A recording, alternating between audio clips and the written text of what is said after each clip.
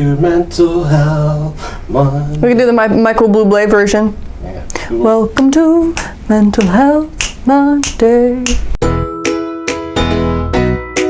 Hello, and welcome to Mental Health Monday, where we talk advocacy, resources, and ending the stigma associated with mental health.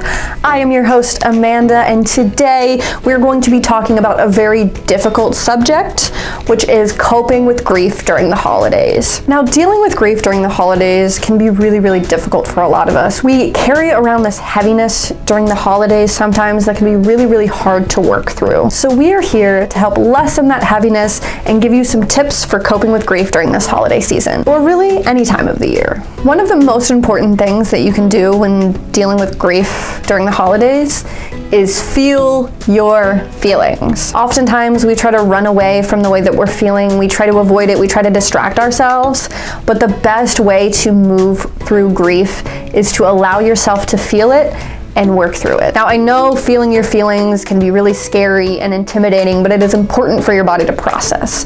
You don't want to hold on to all of these deep feelings, express them. Get them out of your body.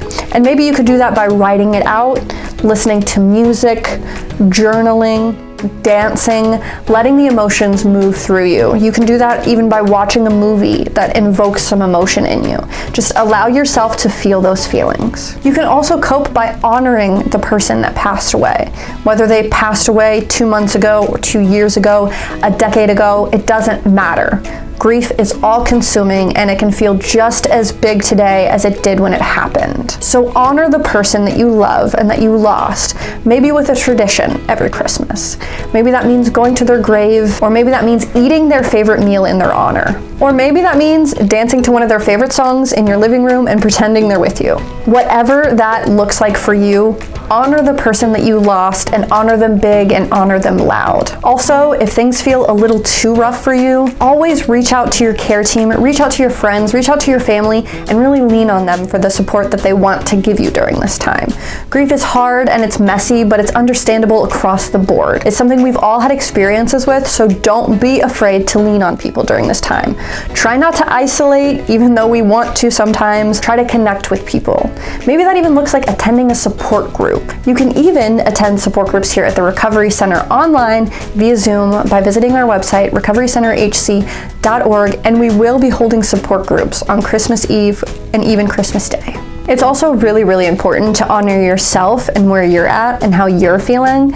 And I know I just said not to isolate, but if you really, really feel like you're struggling, sometimes it's okay to step back, take some time for yourself, process and self-care on your own. Even if that looks like maybe opting out of the holidays or setting certain boundaries to stay at the holidays for maybe an hour or two. Whatever that looks like for you, honor yourself and where you're at during this time. Also, if you're dealing with grief during the holidays, sometimes it's okay to honor the old traditions that you shared with that person, or even start brand new ones. It's also really important to remember when you're dealing with grief during the holidays that it has no timetable whatsoever.